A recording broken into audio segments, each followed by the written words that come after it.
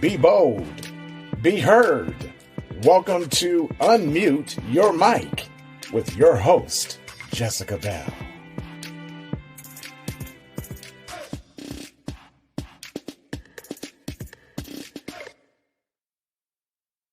The views, information, or opinions expressed during the podcast are solely those of the individuals involved and do not necessarily represent those of Unmute Your Mic. Please note that this episode contains content that some people may find disturbing. Hello, everybody. Welcome to another episode of Unmute Your Mic. My name is Jessica Bell. I am your host from Kansas City, Missouri, and thank you so much for joining us today. If this is your first time, thank you for tuning in. If you are returning, thank you for being a part of the Unmute Your Mic family. As always, before we get started, please make sure to like, subscribe, and follow on YouTube, Instagram, Facebook, Apple Podcasts, and Spotify. I'm so excited for our guest today. Her name is Jan, and I'm so excited for you all to hear her story, be inspired, and really see that you can make it through truly anything. Jan, I want to thank you again for being a part of my podcast. I truly appreciate it. If you could just introduce yourself and let us know a little bit about you. Well, thanks for having me, Jessica. I was born, raised, and educated in Detroit, eventually widowed there as well. I earned a Ph.D. in psychology, and I went to through a post-doctoral fellowship as well. It was during that end of that time, the post-doctoral fellowship, when my husband of 11 years went missing. And later, within 10 days, I found out he'd been murdered. So my life really pivoted at that point from being pretty standard. I mean, there wasn't much drama involved to being utterly upside down and chaotic, not even recognizable. And it caused an avalanche of changes in my life afterwards. So in a nutshell, that would be me. Wow. And so that is such a heavy bit of information. And thank you so much for even being willing to share something like that.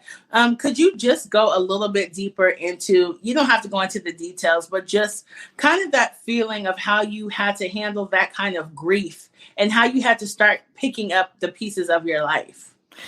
Yeah, I think it happened in the exact opposite order. I had so many pieces to pick up for a couple of years that grief kept being put on hold. For just as a sample, I had to sell my house. I had to deal with the media. My deceased husband had left me $30,000 in debt without life insurance, which I didn't know. He'd been sleeping around with an IV drug-abusing prostitute, which I didn't know. So I had to be tested every year for 7 years for HIV because it had just been discovered. There was no treatment. There was a test for it, but that was it. There was no treatment. So I had that to deal with. I had difficulty selling my house because of a law in Michigan, which is not unique to Michigan. It's basically states that if a crime was a bad crime, it occurred in the residence itself or involved with the owner of the house, that had to be disclosed to a potential buyer, which devalued the house. And it just was further loss of control. I tried moving. That didn't work. I mean, I eventually sold the house. I tried moving locally. That didn't work. The reporters just kept hounding me. They eventually hounded my parents as well, even though they lived in Arizona, a completely different part of the country. So my point being that because of all these layers of complications and my health was taking a toll because of it, I had to keep putting grief on hold for a couple of years till I eventually moved deep into the heartland in an area where nobody knew me. It was very different than Detroit. I wasn't used to pig farms. I wasn't used to corn silos, and the weather was awful, but the people were wonderful. But I just did not speak of it for 30 years. I just wanted to get control of my life back. So when the grief happened, I did not know then what I know now, which is that the name for what I was experiencing is called conflicted grief. It's not super common. I wouldn't say it's super rare either, but it's not talked about, that's for sure. Conflicted grief means that there is some relief in the grief, that you have mixed feelings about the deceased. There's a part of you that mourns just like anybody else would in any situation like that. But there's also a part that does not wish the person back, that feels relief that they're gone because of the circumstances. In some cases, it might be, and it was not in my case, but it might be because they were abusive, or it might be because they were very much in pain and you hated to see them struggle. So it's a relief when you see them finally pass away. But conflicted grief is something that we don't talk about. You don't find any Hallmark cards dealing with it. And it makes it very awkward when people want to extend their condolences. Like, I'm so sorry, I'm sure you miss him. I'm thinking, no, I don't. And the reason being that he was living a secret life for 18 months, and he gave away all our money. He jeopardized his life and mine, and essentially just volunteered to turn our life inside out. And I did not know any of this until Inspector Gil Hill sat me down to talk with me about it. Gil Hill, by the way, just as an aside, is the same person who played Inspector Todd in Beverly Hills Cop 1. He was Eddie Murphy's boss, and he had just finished being on filming that first sequence. And so I knew who he was when he came in, and he was just like he was in the movie. He was very tall and lanky, very short on words, very intense, but obviously knew his way around the block. One other person I always want to mention, because I feel so committed to her for her efforts, is the detective on the case, Detective Marlis Landeros. She was assigned to the case, and I couldn't have been luckier because of her. She was younger looking than she was. She looked inexperienced, but she was not. She was the first woman of color on the Detroit police force in any rank of authority. She definitely knew what she was doing. But with me, she was exceedingly kind, professional, skilled. I felt like I could trust her. I looked at her as the only person in my life at that point who knew what was going on, who knew the people involved, knew the procedures, knew the building, knew what to expect. I was upside down with questions, but she always had a way of kind of settling me down. And she was so skilled that she knew when to not talk, when I was absolutely overwhelmed and I could not say another word or think another thought or take in any more information. Somehow she knew not to talk anymore, which was, I think it's a kind of a cool thing that she could do that. She also went above and beyond. She did not have to go to the morgue with me to identify him, but she did. She did not have to meet me at the preliminary hearing, but she did. And I was told, I don't know this is true because my mind wasn't real aware of what was going on at this point, but I was told she even came to the funeral. Whether she did or not, I don't really know. But I always feel kind of a commitment to her that she went above and beyond, and she had no reason to. She didn't know me from Adam, but she did an excellent job, and she was in the limelight along with me. So the preliminary exam, while I'm on that topic, that's the first time I met the two defendants in person. That occurred in August, I believe. Or was it July? I can't remember. But in any case, it was the first time I'd seen them in person. I'd only seen them in the news up to that point in time. And it was a very real time for me. I mean, the morgue was hard. I had to identify him. He'd been buried for 10 days when they exhumed him. And then the preliminary hearing. And by that time, I had shifted out of being scared to being really angry. And nothing was going to keep me from the witness stand. And I remember just before I was to go up, Detective Landeros said to me, "Don't be afraid to tell the truth. And if you lose your composure, I'm here. Just look at me." And there was one point where I did. I looked over and she gave me this very faint little nod. I mean, only I would have seen it. And I just, okay, I can finish this. And I went on. And then after that, the trial was scheduled, but I wanted nothing to do with it. And the reason being because nothing in my life would change, regardless of the outcome. So I moved. And that's when the real healing had to start.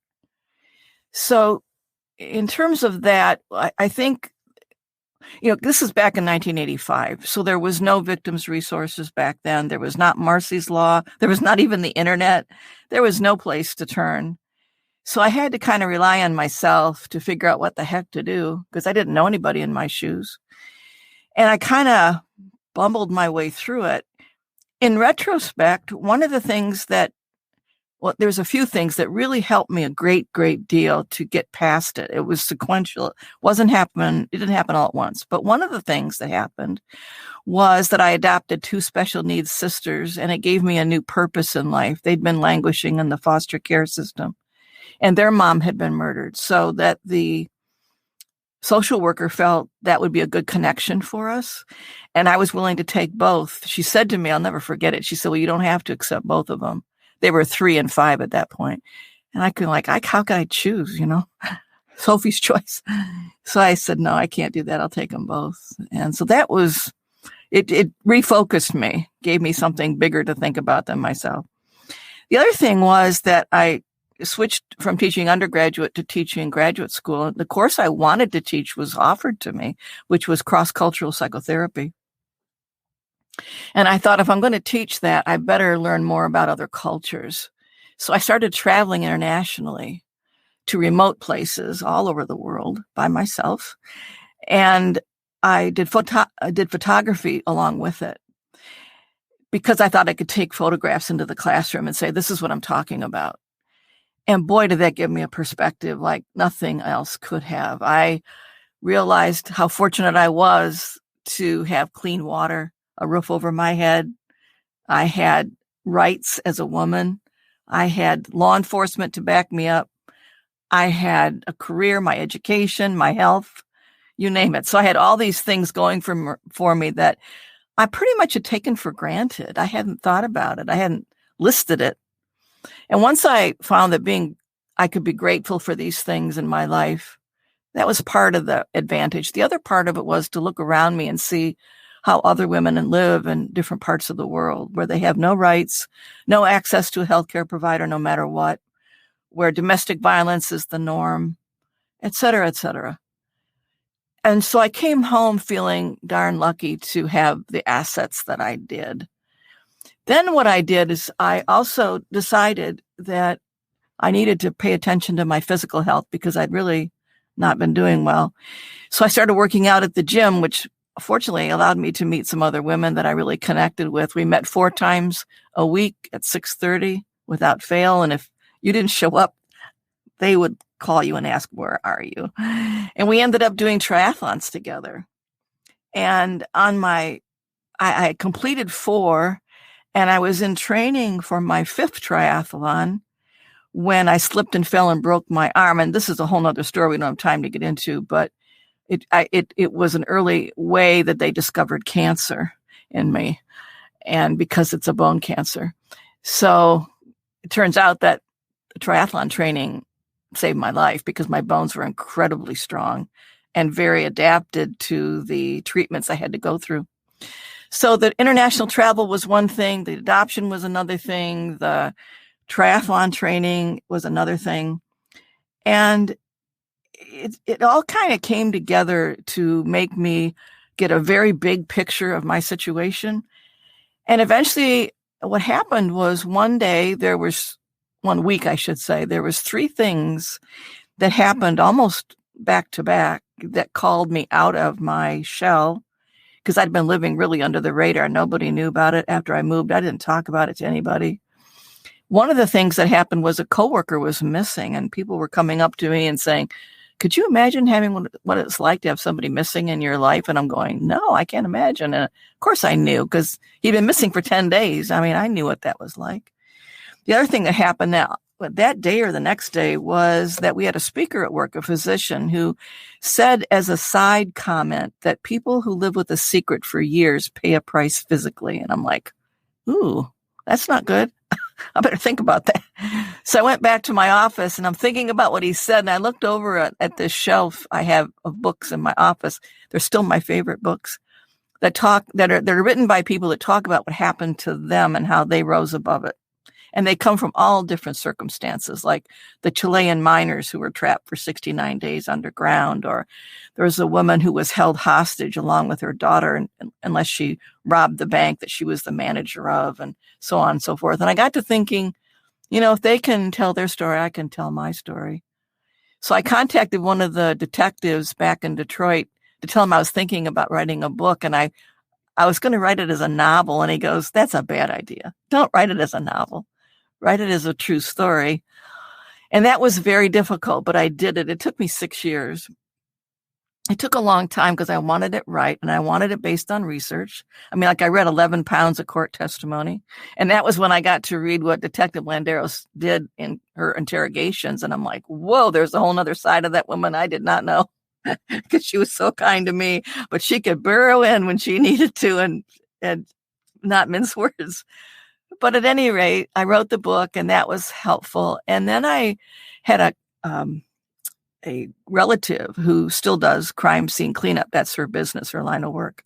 And she put the idea in my head to do a podcast. And I'm like, I've never done that before. I don't know much about podcasting. I don't know. The technology kind of freaked me out a little bit.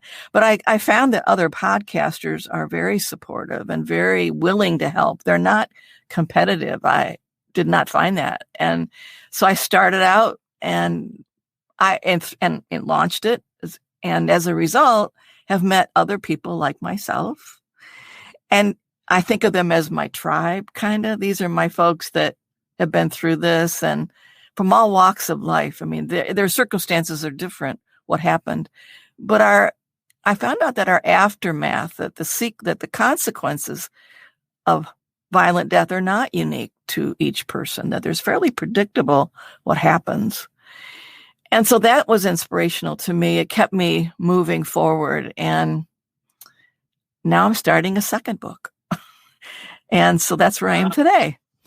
Yeah. And your story it's heartbreaking, but it's also very inspiring because of the fact that you were able to tell it from the place that you are today.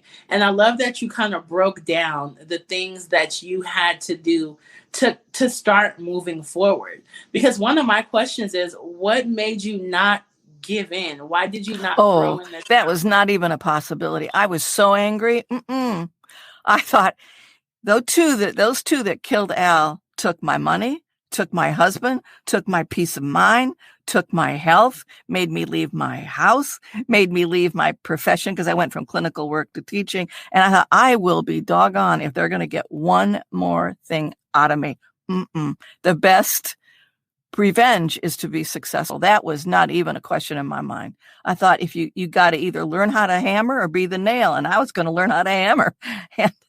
And it just made me determined. That was not even a question in my mind. I didn't know how. I mean, don't get me wrong. I had no clue how I was going to get from A to B.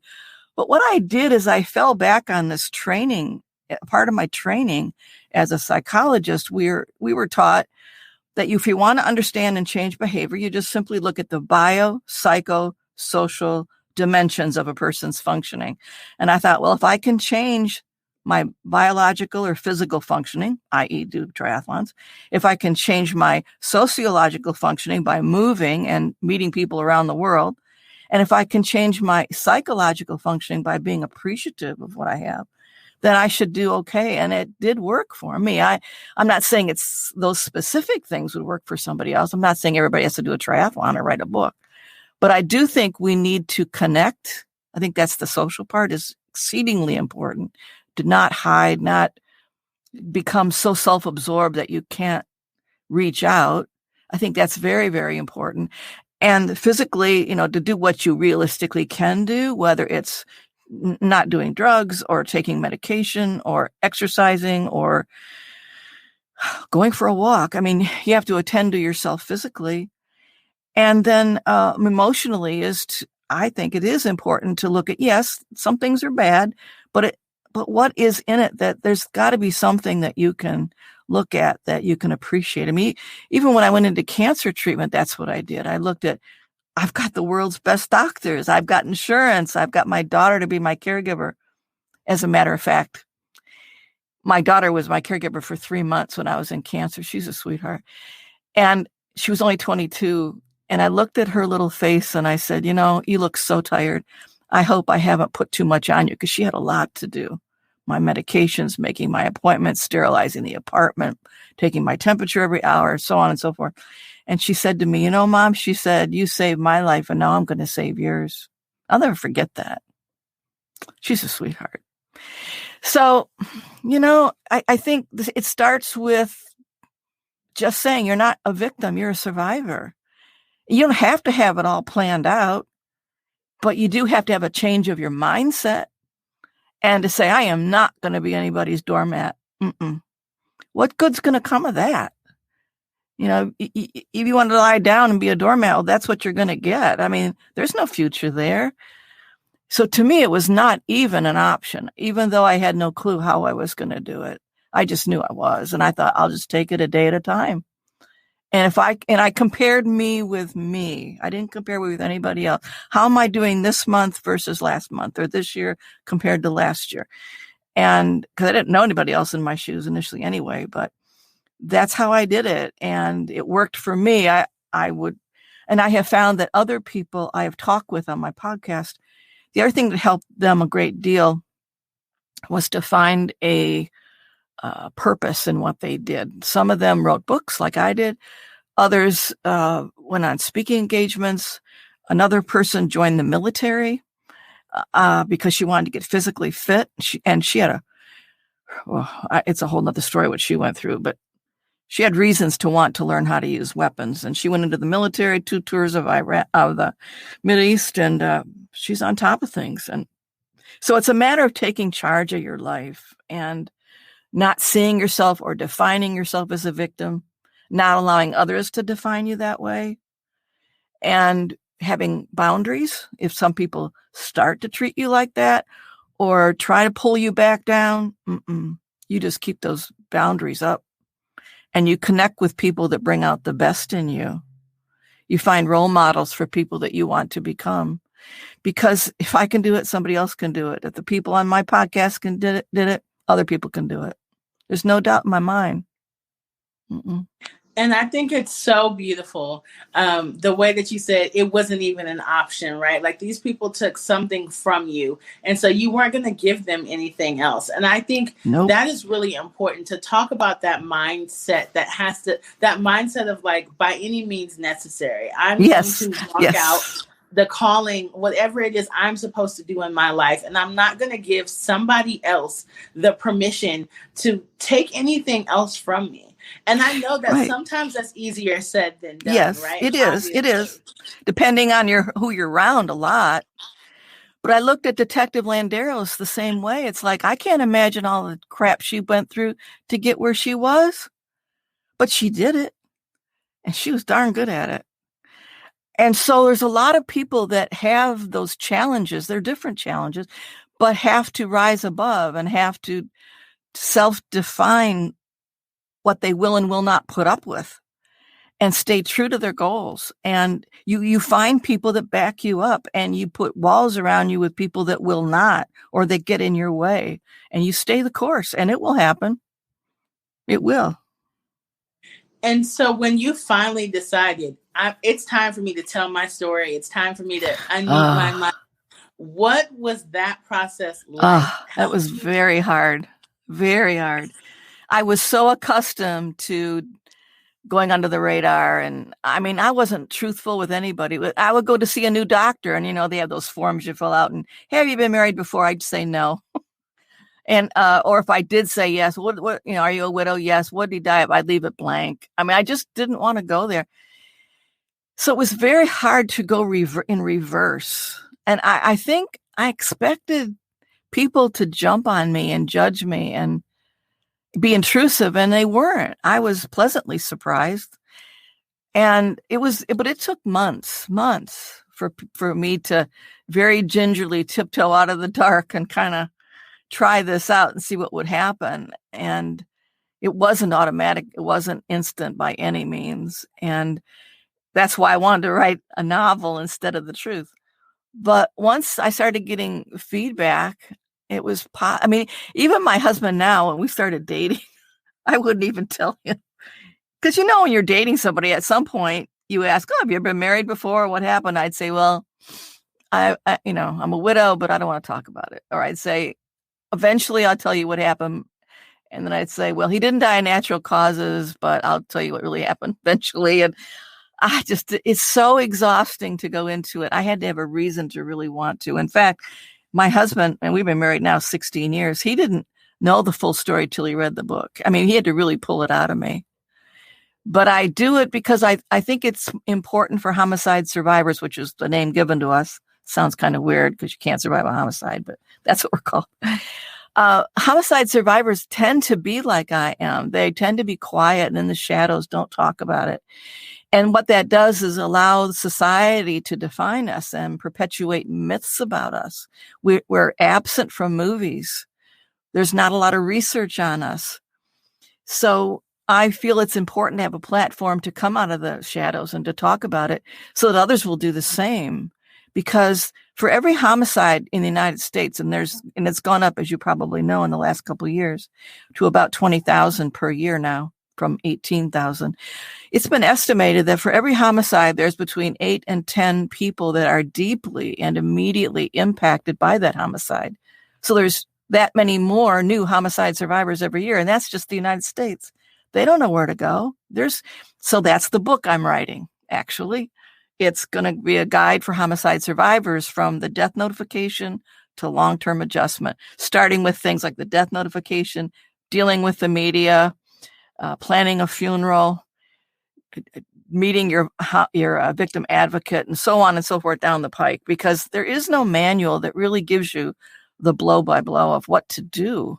And we have them for everything else, I didn't want to call it an idiot's guide, but that's the kind of thing I'm thinking about creating, is that kind of a basically A, B, C, D approach to how to cope with this. And maybe, just maybe, police or coroners or funeral directors or victim advocates and others will hand it out and say, here's a starting point. I'm not saying it's going to be the last word and that it can substitute for friends or close family. I'm not saying that.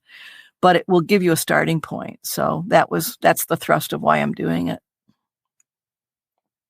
And I think that's so important because there's a lot of people, like you said, who just don't even know what the very first step is. No. And I can't even imagine it. And the way that you were able to, like you said, you had to put your grief on hold. And I think that is such a powerful statement, because I think so many people do that without even being able to recognize that that's what they're doing, because they kind of have to clean up so much stuff.